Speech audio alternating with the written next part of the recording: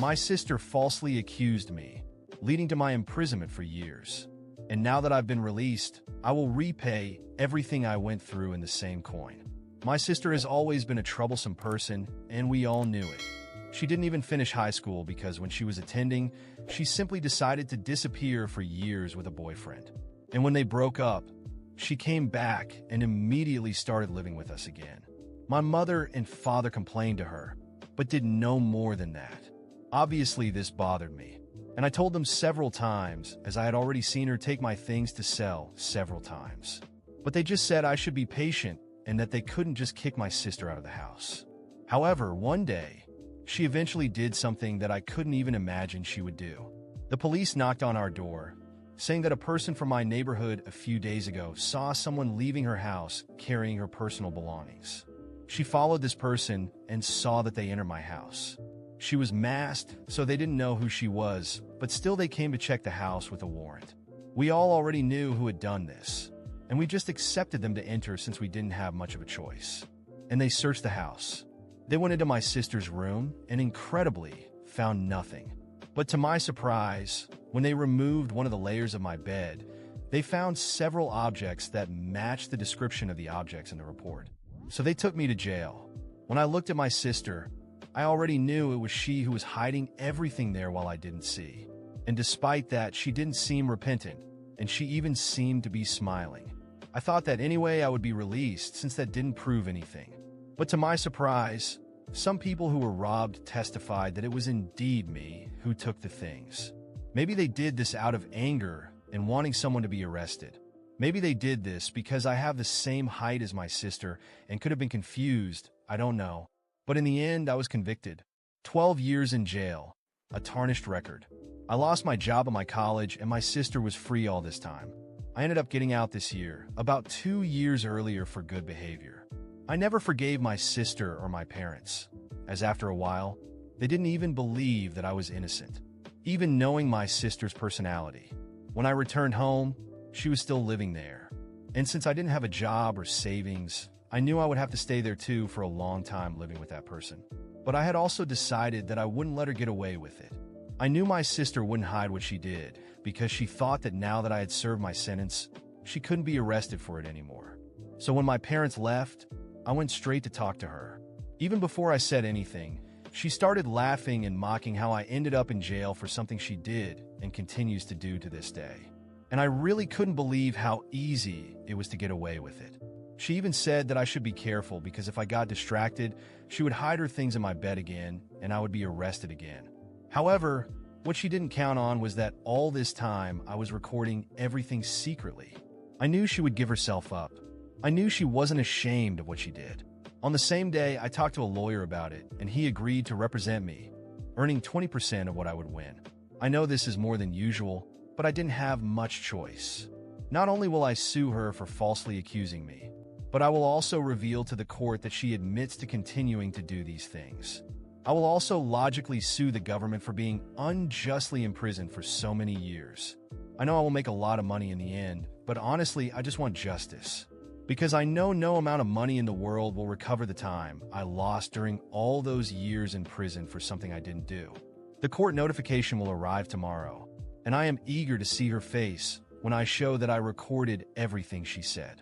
After the notification arrived, the house descended into chaos. For the first time, my sister lost that arrogant demeanor. She tried to act like it wasn't a big deal, but I saw the panic in her eyes. She attempted to snatch the paper from my hand, but I already had copies stored away. "You're joking, right?" she said, with a nervous smile that fooled no one. "Do you really think you're going to get away with this?" I replied, "Everything you did is about to come to light. That smug attitude of yours will be your downfall." As expected, my parents jumped into the argument. My mother was furious, not at her, not at me, but at the situation. As always, she tried to minimize everything, insisting that I was overreacting and that this would destroy the family. My father, on the other hand, stayed quiet. He knew something was wrong, but always opted for silence to avoid conflict. That only fueled my anger. Years of his complacency, and now he stood there, mute, while I bore the brunt of it all. My sister began denying everything, screaming that I was crazy and that it was all a setup. But I knew she was scared. That's when she resorted to what she always did best: manipulation. She looked at our parents, tears welling up in her eyes, and said, "Are you really going to let him do this to me? He's trying to tear our family apart." Predictably, my mother caved. "You can't do this, son. She's your sister. Please think about what you're doing." But I didn't budge. "I've been thinking about this for 12 years, I said coldly. "Now, it's time for someone to pay." The following days were intense. My sister tried everything. First, she offered fake apologies. She cried, begged, and promised to change. When that didn't work, she switched tactics. She started provoking me, trying to make me lose my temper, hoping I'd do something rash that she could use against me. But I was prepared. Every word, every threat, I recorded. I knew every detail might prove useful. When the day of the hearing finally arrived, she looked confident again. She walked in well-dressed, wearing that arrogant smile I'd come to despise. But I was calm. I knew what I had. During the trial, my lawyer didn't waste any time. The recordings I'd made were damning. Her voice confessing to her crimes was unmistakable. She tried to dismiss it, claiming I had doctored the recordings, that it was all part of a conspiracy. But the judge didn't seem convinced. Then came the part that enraged me the most. My father was called to testify. He hesitated, but ultimately admitted he knew my sister was a troublemaker and had stolen things before. It was a heavy blow to her. But for me, it was a mix of relief and fury. Why hadn't he said anything sooner? Why let me rot in prison while he knew the truth? My mother, on the other hand, was a disaster. She tried to defend my sister, saying she was young and reckless, but would never do something so severe. When asked why she didn't believe me, she muttered something about how hard it was to choose between her children. It was pathetic. There I was 12 years later, with my life in ruins, while they were still protecting her. The most satisfying moment was when the recording was played. The courtroom fell silent, as everyone listened to my sister incriminate herself. Her expression completely changed. For the first time, she genuinely looked terrified. When the judge asked if she had anything to say, she broke down. She started crying, claiming she didn't know why she had done it, that she was confused, that she never wanted me to go to prison. But I knew it was just another manipulation. So did the judge. In the end, she was convicted of perjury and fabricating evidence. She was ordered to pay damages, an amount she'll likely never be able to afford. For me, it was a small victory, but the lawsuit against the government was still ongoing, and I knew that would be a tougher battle. As I left the courtroom, I felt a sense of relief, but also a strange emptiness. None of this would bring back the years I had lost. I still didn't have a job, a home, or a clear future ahead of me. But at least my sister was finally facing the consequences of her actions. The days that followed were a mix of tension and anticipation. My sister was still living in my parents' house, and the atmosphere was unbearable. She avoided me, but I knew she was plotting something. And I was right. One night, I overheard a conversation between her and my mother. My sister was saying she would find a way to turn things around, that I hadn't won anything yet. There it was. She hadn't learned a thing. What she didn't realize was that I was prepared for the next step. I knew there were still more truths to uncover, more lies to expose. The trial was just the beginning. She had a history of crimes and deceit that extended far beyond what she had already admitted to. And I would make sure it all came to light, every last detail. For now, I'm here, waiting for her next move. But one thing is certain, my fight isn't over. She thinks she can keep getting away with it, but I won't stop until she pays for everything. There's still so much left to reveal, and I'm more determined than ever to see justice done. After weeks of living in that tense environment, something finally shifted. The notification came that the government had accepted my case against them. My lawyer was confident we'd secure a solid win, given the recordings and the government's glaring failure to properly investigate the case. This reignited something in me, the determination to end this chapter once and for all, not just with the government, but with my sister too. While the lawsuit against the government progressed, I began preparing my next move. I knew my sister would never change, and living under the same roof had become unbearable. Every time she crossed my path, she couldn't resist provoking me. Sometimes she'd smirk maliciously, as if she still had cards to play. Other times, she'd mutter under her breath that things wouldn't end like this. That's when I realized she still had something to hide. I started paying closer attention to her. The way she spent hours on the phone, how she disappeared for long stretches and returned with suspicious bags. I discovered she had a small locked room in the house, one we all assumed was empty. But something didn't feel right. It was time to find out. Using an excuse with my parents, I got the key to the room while my sister was out. When I entered, what I found confirmed my suspicions. The room was filled with boxes of items that clearly didn't belong to her. Clothes, electronics, even jewelry. She was still stealing. But this time, instead of hiding things in my bed, she stored them there. I took photos of everything, documenting each item and its condition.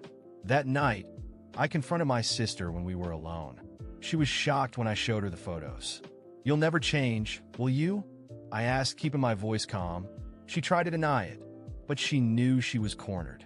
When she realized there was no way out, she lashed out at me verbally, saying I had always been the problem, that I deserved everything that happened to me. What she didn't know was that I'd already sent the photos to my lawyer and was recording everything she said in that moment. A few days later, with my lawyer's support, we handed all the evidence over to the police. They acted quickly. One morning, when she least expected it, the police knocked on our door. My mother panicked. My father stayed silent as always. But my sister? She screamed, cried, begged. But this time, there was no escape. They searched the room and confirmed everything I had reported. She was taken away in handcuffs, right in front of everyone.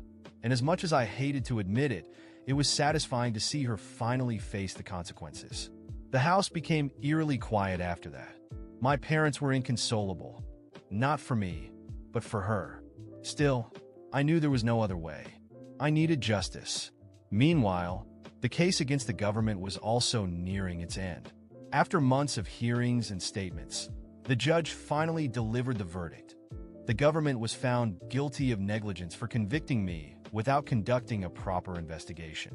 I was awarded a substantial settlement, money that would never bring back the years I lost but finally gave me a chance to start over. With the money, I decided to do something I had always wanted: leave that house. I found a small apartment in a quiet neighborhood and started planning the next chapter of my life. But I couldn't completely move on just yet. I knew my sister was still in custody, awaiting trial for her most recent crimes, and that gave me an odd sense of peace. The day of her trial arrived. I attended as a witness. When I walked into the courtroom and saw her sitting there, head bowed, I didn't feel pity but a bitter sense of satisfaction. She was finally where she belonged. The judge was relentless. The evidence was overwhelming, and her lack of remorse sealed her fate. She was sentenced to several years in prison, with no possibility of parole for a long time. As she was led away, she didn't look at me, but I knew she felt my gaze on her. My parents tried to maintain contact with me after everything, but I knew I needed to cut ties. They had never believed me when I needed them most, never stood up when everything was falling apart. And now, after everything, there was no room for them in my life. I severed all connections and focused on rebuilding what I had lost. Today, months after everything, I feel like I can finally breathe. My life is far from perfect, but for the first time in years, I feel like I'm in control. My sister is in prison, my parents are no longer part of my routine, and the settlement money has given me the chance to start over. But there's still an emptiness. A part of me knows that those lost years can never be recovered. What I don't know is if this is truly the end. My sister is like a shadow that always returns. And even in prison, I feel like it's not the last I'll hear of her. But for now, I'm at peace. And if she ever tries something again, I'll be ready. Because now, I know I'm stronger than she will ever be.